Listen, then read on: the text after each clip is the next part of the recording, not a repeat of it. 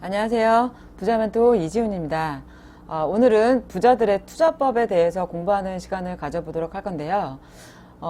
계란을 여러 바구니에 담아야 된다. 자산 배분해야 된다. 이런 여러 가지 이야기들이 있는 것처럼 부자들은 한 가지에만 몰빵하지는 않습니다. 왜냐하면 어떤 상품이든지 어떤 투자 상품이든지 간에 떨어질 수도 있고 하방 리스크는 어떤 것들도 있기 마련이거든요. 그래서 우리가 당연히 부동산에도 투자를 해야 되지만 그 부동산의 하방 리스크, 그러니까 부동산이 떨어질 때를 해지할 수 있는 것들이 어떤 거가 있는지 그래서 공부하는 시간을 가져볼 건데요. 실제로 지금 여러 채널에서도 많은 이야기들을 하고 있는데 금융 위기가 올 수 있다. 경제 위기가 올 수 있다. 이런 이야기들을 많이 하고 있잖아요. 그래서 실제로 여러 가지 경제 지표들을 들어보면서 예시를 들면서 실제로 금융 위기가 올 수 있는지 우리가 미리 알아채는 방법이 있는지 없는지도 좀 살펴보고 금융 위기 때는 또 분명히 또 부동산이 하락할 수 있으니까 부동산을 또 하락할 때는 어떤 것들이 오르는지에 대해서 공부하는 시간을 좀 가져보도록 할게요. 기본적으로 이제 우리가 대한민국에서 부자가 되기 위해서는 당연히 부동산에도 투자를 해야 되는데 부동산이 떨어질 때가 있기는 있어요. 언제 떨어질 것 같으세요? 그러니까 보통은 내부적인 정책이나 아니면은 규제나 이런 것들 때문에 떨어진다라고 생각을 하시거든요. 그러니까 내부적인 요인 때문에 떨어진다, 정책 때문에 떨어진다 이런 이야기들이 많은데 실질적으로 보게 되면은 내부적인 요인보다는 외부적인 요인 때문에 떨어질 가능성이 훨씬 높습니다. 과거 데이터를 봐도 그렇고요. 그래서 표를 보시면서 잠깐 설명을 드리더라도 이게 이제 주택가격에 영향을 미치는 내외부 요인들을 굉장히 잘 설명해 놓은 건데 첫 번째는 글로벌 경제가 가장 큰 주택가격에 영향을 미치고요. 양적 완화나 국가 부도, 원자재 가격이 유동적인 거, 그 다음에 미국과 중국의 보호무역, 이런 것들, 금융위기, 이런 것들이 주택가격에 가장 큰 영향을 미치고요. 그 다음이 국내 경제, 외환 보유고, 실업률, 가계부채, 인구구조, 금리가 떨어졌다, 올라갔다, 물가가 많이 상승했다, 기업 실적이 떨어졌다, 수출이 하락했다, GDP가 성장률이 하락했다, 이런 것들이 그 다음에 주택가격에 영향을 미친다고 보시면 될 것 같고요. 그 다음엔 정책, 세부적인 정책이죠. 신도시 공급, 그 다음에 미분양이 늘어난다든가, 세금을 올린다든가, 아니면 매수 심리가 줄어든다든가, 아니면 대출을 규제한다든가, 재건축 재개발을 규제한다든가, 이런 것들이 또 이제 부동산 가격에 영향을 미친다고 보시면 될 것 같아요. 그래서 집값에 영향을 미치는 거는 외부적인 글로벌 경제가 가장 크고 그 다음에 국내 경제, 그 다음에 정책 이런 순으로 집값에 영향을 미친다 이렇게 보시면 될 것 같아요. 그래서 우리가 금융위기가 올 수 있는지 없는지에 대해서 판단을 하기 위해서는 또 시장 흐름을 알아야지 돈이 흘러가는 길목에 먼저 그물을 칠 수가 있는 거잖아요. 그러니까 우리가 어느 정도 경제 지표나 이런 것들에 대해서는 알아야지만 위기가 올 수 있는지 없는지를 미리 알고 대비를 할 수가 있거든요. 미리 알고 대비하는 자와 아닌 사람의 경우는 5년, 10년 후에는 분명히 어마어마한 차이가 나고 현저하게 차이가 나기 때문에 오늘은 그 경제 지표에 대해서 공부를 한번 해보고 그 다음에 어떤 식으로 부동산의 하방 리스크를 해지할 수 있는 자산 배분을 하는지에 대해서 좀 설명을 좀 드리도록 할게요. 일단은 한국과 미국의 기준금리가 역전이 됐습니다. 이미 한참 전에 역전이 됐고 미국이 기준금리를 한 차례 내렸고 12월 11일 날 아예 동결을 했음에도 불구하고 미국의 정책금리는 지금 현재 1.5에서 1.75%예요. 근데 우리나라 지금 기준금리는 약 1.25%죠. 이건 무슨 얘기예요? 우리나라 금리보다 미국 금리가 높다라는 거는 우리나라는 신흥국이고 미국 같은 경우에는 선진국이죠. 훨씬 더 안전한 나라인데 그 나라에다가 투자를 하게 되면 이자를 더 많이 받는다 이런 얘기거든요. 저는 어떤 경제 흐름이나 경제 지표를 얘기할 때 어렵게 얘기하는 걸 정말 싫어해요. 그래서 최대한 쉽게 설명을 드리는데 쉽게 설명드리면 기준금리가 역전됐다라는 거는 우리나라 기준금리는 낮은데 금리가 낮아. 그럼 우리나라에 투자해도 이자를 조금 준다는 얘기고요. 미국에 투자하면 미국은 더 안전한데 이자를 더 많이 준다는 얘기예요. 그럼 우리나라의 여러 가지 자금들이 아니면 기관 투자자의 자금들이 미국으로 갈 수 있다는 얘기죠. 그렇다 보니까 우리나라 코스피가 지금 한 2200포인트 정도밖에 안 되잖아요. 과거 3, 4년 전으로 회귀한 거나 마찬가지거든요. 그래서 이런 부분들도 우리나라 경제에 좀 악영향을 미칠 수 있다. 한미 기준금리가 이미 역전이 돼서 이게 좀 상단기가 지금 지속되고 있다는 거 좀 알고 계시면 좋을 것 같고요. 그 다음에 이제 경제지표로, 금융위기가 올 수 있는 경제지표로 이제 가장 많이 예시를 드는 게 장단기 채권금리예요. 그러니까 이게 무슨 얘기냐면, 지금 이제 독자분들이 은행에 갔어요. 그러면은 5년짜리 장기 적금의 금리를 더 많이 주나요? 아니면은 단기 적금의 금리를 더 많이 주나요? 당연히 장기 적금의 금리를 더 많이 주겠죠. 그러니까 장기 적금의 금리를 더 많이 주는 이유는 그 기간에 대한 리스크가 있잖아요. 그 기간에는 어떤 변동성이 있을지 모르기 때문에 그 장기적으로 유지하는 거에 대한 보너스를 준다, 이렇게 보시면 될 것 같거든요. 그래서 단기 적금보다는 당연히 장기 적금의 이자가 높은데 경기가 장기적으로 안 좋을 거라고 예상을 하면 일시적으로 단기 적금의 예금 금리가 올라가는 거예요. 단기 적금의 금리가 올라가는 거예요. 이게 장단기 금리 차가 역전이 됐다라고 하는 거거든요. 그래서 과거 데이터를 쭉 살펴보게 되면 장단기 금리가 역전이 되거나 아니면 근접해 있거나 아니면 역전이 돼서 이것이 열흘이나 한 달 정도 상당 기간 지속이 된다라고 하면 그 이후로 6개월이나 1년 이후에 반드시 금융위기가 왔다라는 데이터를 확인할 수가 있거든요. 근데 지금 현재 장단기 금리차가 상당히 근접해 있다가 역전해 있다가 근접해 있다가 이런 상태예요. 그러면 시장의 전문가들은 장기적으로 경기는 안 좋아질 수 있다라고 판단하는 거겠죠. 그래서 굉장히 유용한 경제 지표니까 장단기 금리차는 꼭 기본적으로 알아두셔야 되고, 지금 현재 이 장단기 금리차가 역전이 됐다가 그 다음에 다시 또 근접했다가 이런 상황이기 때문에 금융위기에 대비를 해야 된다, 이런 시기다라는 거를 좀 알고 계셨으면 좋겠고요. 그 다음에 이제 유명한 지표가 실업률하고 임금 상승률이에요. 그러니까 이게 어떤 이야기냐면, 실업률이 낮아졌다는 거는, 그러니까 일자리가 많아졌다는 이야기죠. 상대적으로 이야기를 하게 되면. 그리고 일할 사람이 부족하니까 임금이 올라가는 구조다, 이렇게 보시면 될 것 같거든요.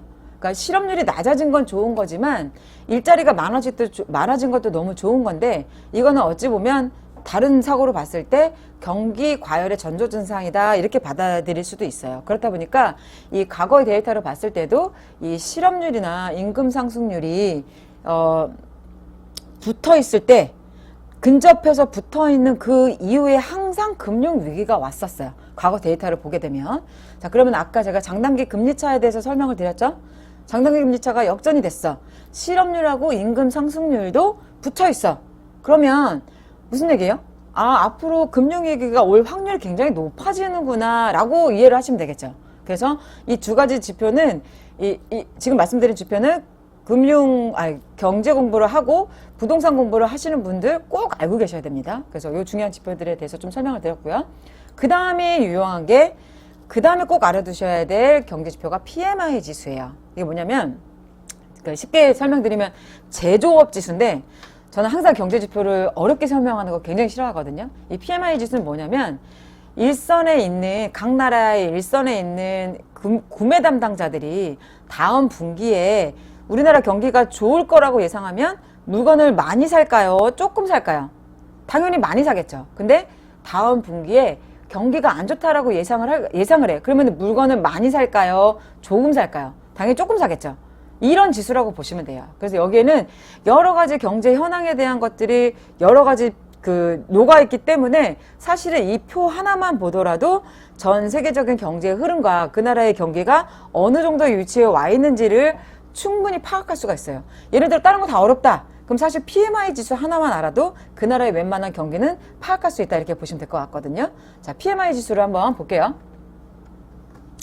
이게 얼마나 예민한 경제 지표냐면, 과거에도 이제 금융 위기들이 쭉 있었어요. 1980년대에 블랙먼데이라는 사건이 있었고, 97년도에 IMF가 있었고, 그다음에 2000년도 초반에 3년도에 카드 내란이 있었고, 그다음에 2007년도 8년도 서프라임 리먼 사태 있었잖아요. 너무 유명한 사건이죠. 그리고 2011년도에도 그리스발 재정 위기라는 금융 위기가 있었는데, 이 그리스가 구매 담당자들이 그때 당시에 2011년도 당시를 한번 볼게요. PMI 지수를 보게 되면 2011년도부터 빨간색이고, 그 다음에 그리스 같은 경우에는 그 전부터도 이전부터도 빨간색이고 굉장히 안 좋죠. 그러다가 2011년 지나고 2012년 지나고 13년도 지나니까 그 이후로 조금 회복했다가 중간에 조금 안 좋았다가 이제는 거의 회복한 상태라고 보시면 돼요. 그래서 표에 보시는 것처럼 PMI 지수를 보는 방법은 50 이하로 떨어질수록 그 나라 경기가 안 좋은 거고 50 이상으로 올라갈수록 그 나라 경기가 좋다 이렇게 보시면 될 것 같아요. 그래서 위에 보시는 선진국은 대부분 빨간색은 안 좋은 거고 초록색은 좋은 거고 노란색은 중간이다 이렇게 보시면 될 것 같은데 선진국은 거의 현재 봤을 때 초록색을 유지하고 있고요. 그 다음에 후진국은 보통 이제 노란색을 유지하고 있죠. 그러면은 현재 경기는 전반적으로 봤을 때 선진국이 훨씬 좋고 선진국에 투자할 때다 이렇게 보시면 될 것 같아요. 우리나라도 지금 현재로 봤을 때는 지수가 약 한 50 정도 되니까 경기가 그렇게 쏙 좋은 것도 아니고 나쁜 것도 아니고 약간 어중뛰다. 근데 그리스 같은 경우에는 2011년도에 그리스발 재정 위기를 겪었을 때 이미 빨간색이었고 각 나라의 구매 담당자들은 그 전부터 이미 안 좋다고 판단을 하고 있었던 거예요. 그러다가 그 이후로 조금 회복했다가 지금 현재는 정말 유명한 투자자들도 많이 지금 그리스에 들어가 있을 정도로 많이 그리스가 경기를 회복했거든요. 그 정도로 완벽하게 맞추는 경기 지표라고 보시면 될 것 같아요. 그래서 초보자들은 사실 다른 것들이 조금 어렵다 그러면 이 PMI 지수 하나만 알고 계셔도 경기를 읽는데 좀 많은 좀 도움이 되실 것 같아요. 그리고 그 다음으로 넘어가게 되면 자 아까 초반에 이제 설명을 드렸던 것처럼 자 우리나라 금리가 역전이 돼서 우리나라에 들어와 있던 투자 자금들이 선진국이나 이제 미국으로 빠져나갈 가능성도 농후해졌고 그 다음에 장단기 금리도 역전이 됐다가 근접했다가 지금 현재 이런 상황이고 실업률과 임금 상승률도 상당히 근접해 있는 상황이고 PMI 지수도 제조업 지수도 그닥 쏙 좋지는 않아요. 그러면은 앞으로 금융 위기가 올 수도 있다라는 이야기거든요. 그러면은 금융 위기가 올 때 우리나라 아파트 가격이 어땠는지를 한번 살펴보겠습니다. 처음에 말씀드렸던 것처럼 우리나라 아파트 가격은 이 내부적인 요인보다는 외부적인 요인 때문에 하락한다고 말씀드렸잖아요. 표를 보시더라도 IMF 때 금액이 많이 떨어졌고요. 그 다음에 글로벌 금융 위기 때도 아파트 가격이 많이 떨어졌어요. 그래서 이런 거에 대한 부동산 투자를 해야 되지만 이런 외부적인 요인 때문에 아파트 가격이 떨어질 수 있다. 금융위기나 경제위기나 외환위기가 오게 되면 우리나라 아파트 가격이 떨어질 수 있다는 걸 분명히 알고 계셔야 되고 내가 잘한다고 나만 잘한다고 우리나라의 경제위기가 안 오는 게 아니에요. 세계 경제가 맞물려서 돌아가잖아요. 돈이 다 주고받고 왔다 갔다 무역을 하고 교육을 하기 때문에 그런 구조에서는 내가 잘해도 남의 나라가 못하면 그 우리나라 금융위기가 올 수 있거든요. 예를 들면 베트남발이 한참 성장하고 있는 베트남, 중국도 사실 되게 위험해요. 지금 현재. 나중에 그 부분도 다룰 거지만 중국도 위험하고 인도발도 금융위기가 올 수도 있고 뭐 터키발, 뭐 이탈리아도 지금 굉장히 위험하니까 그런 다른 나라의 잘못으로 인해서 우리나라 금융위기가 올 수 있으니까 나는 잘하는데 뭐 남의 나라 때문에 금융위기가 오겠어? 이런 생각을 좀 버리셨으면 좋겠어요. 그래서 금융위기는 언제든지 도래될 수 있다라는 거, 그리고 그런 위기가 올 때는 우리나라 아파트 가격도 떨어질 수 있다, 이런 걸 꼭 알고 계셔야 되고요. 근데 아파트 가격을 떨어질 때 주식도 떨어지고 모든 경제들이 안 좋아지고 모든 투자 상품들의 가격도 떨어지고 안 좋아질 때 한 가지 오르는 무언가가 있어요. 그게 뭘까요? 제가 얼마 전에 그 태닝탱 강의했는데 맞추시는 분이 딱 한 분 계시더라고요. 근데 그 뭐냐면 부동산 가격 떨어지고 주식 다 떨어져도 금융위기 때 올라가는 거 한 가지는 뭐냐면 달러하고 그 다음에 금이에요. 금. 자, 달러는 안전자산이고 금도 안전자산이거든요. 자, 달러는 기축통화라는 건 알고 계시죠? 자, 우리나라 돈은 전 세계 경기가 흔들릴 때 그 돈 가지고 남의 나라 가가지고 쓴다고 전 세계 통용이 안 되잖아요. 우리나라 돈은 남의 나라 가면 휴지 조각이죠. 그렇지만 달러는 모든 대부분의 무역 거래를 달러로 하기 때문에 화폐 중에서는 가장 안전하다고 보시면 될 것 같아요. 다른 나라 화폐들은 그닥 그렇게 안전하지 않은 거예요. 그러니까 달러가 가장 안전한 화폐인데 이 세계 금융 위기가 오고 경제 위기가 올 때는 안전자산에 대한 선호도가 높아져요. 그렇다 보니까 달러에 대한 선호도가 높아지니까 달러 가치가 올라가거든요. 그거는 금도 마찬가지예요. 금도 전 세계에 통용이 되는 유일한 수단이죠. 그렇다 보니까 금융 위기가 올 때는 안전자산에 대한 선호도가 높아지다 보니까 금 가격이 올라가는 거예요. 자, 그러면 처음부터 부동산에 투자를 하지만 어떤 위기나 경제 위기에 대비해서 달러 자산을 투자해 놓은 사람과 아닌 사람의 5년 후, 10년 후에 당장은 차이가 안 날 수 있지만 5년 후, 10년 후의 미래는 몇 배 차이가 날 수 있거든요. 제가 꼭 예시를 좀 드려드릴게요. 자, 지금 원달러 환율이 한 1120선에서 왔다 갔다 하고 있습니다. 제가 오늘 확인했을 때만 해도 한 1170원 정도 되는 것 같은데 지금 현재 원달러 환율이 1170원이지만 과거 IMF 때는 환율이 얼마까지 올라갔을까요? 자, 2000원까지 올라갔고요. 그 다음에 IMF 때는, 서브프라임 때는 얼마까지 올라갔을까요? 1700원까지 올라갔었어요. 자, 그러면 내가 달러를 사놓기만 해도 금융위기가 오면 달러는 올라간다는 이야기거든요. 이런 투자를 안 하실 이유가 없는 거죠. 그리고 달러는 기축통화잖아요. 제가 이번에 이제 두 번째 책을 준비하면서도 사실 이런 내용들을 적었는데, 달러는 사실은 물가 상승률을 해지할 수 있는 가장 유일한 화폐예요. 우리나라 원화는 물가 상승률 해지하기가 어렵잖아요. 물가 상승률보다 화폐 가치 떨어지는 속도가 더 빠르잖아요. 그렇지만 달러 같은 경우에는 지난 5년 정도, 25년간 약 한 35%의 가치가 올랐어요. 그러니까 금융 위기가 아니더라도 미국 자체에 워낙 힘이 세고 막강하기 때문에 달러의 가치도 장기적으로는 올라갈 수 있다 이렇게 보고 있는 거죠. 그러니까 원을 갖고 있는 거, 우리나라 내가 모든 투자를 원화에다만 하는 것 자체가 리스크라고 보시면 될 것 같아요. 그래서 우리가 부동산에 투자해야 되지만 처음부터 달러 자산에 투자를 하게 되면 금융위기 때는 내가 한 몇 배를 튈 수 있는 그런 기회를 가지는 거고 꼭 금융위기가 아니더라도 장기적으로 물가 상승률을 해지하는 가장 안전한 회파에다 투자한다 이렇게 보시면 될 것 같아요. 그래서 단적으로 예를 들면 내가 1억을 달러에다 투자를 했어요. 달러를 사서 모았어요. 달러를 샀어요. 그리고 국내 아직 부동산은 투자를 안 하고 있어. 근데 IMF가 왔어요. IMF가 딱 왔어. 그래서 내가 투자해놓은 달러가 그러면 순식간에 1억이 2억이 되겠죠. 그러면 국내 부동산은 IMF 때 최고 50%까지 떨어졌거든요. 그러면 국내 부동산은 예를 들면 4억짜리가 2억으로 떨어질 수 있겠죠.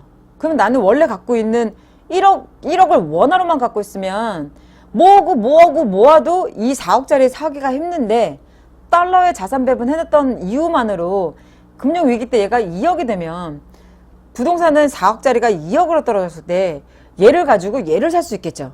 일단 여기서 100% 수익이 났죠. 그리고 얘는 2억에 얘를 2억에 샀잖아요. 그러면 그 부동산은 또 계속 있나요?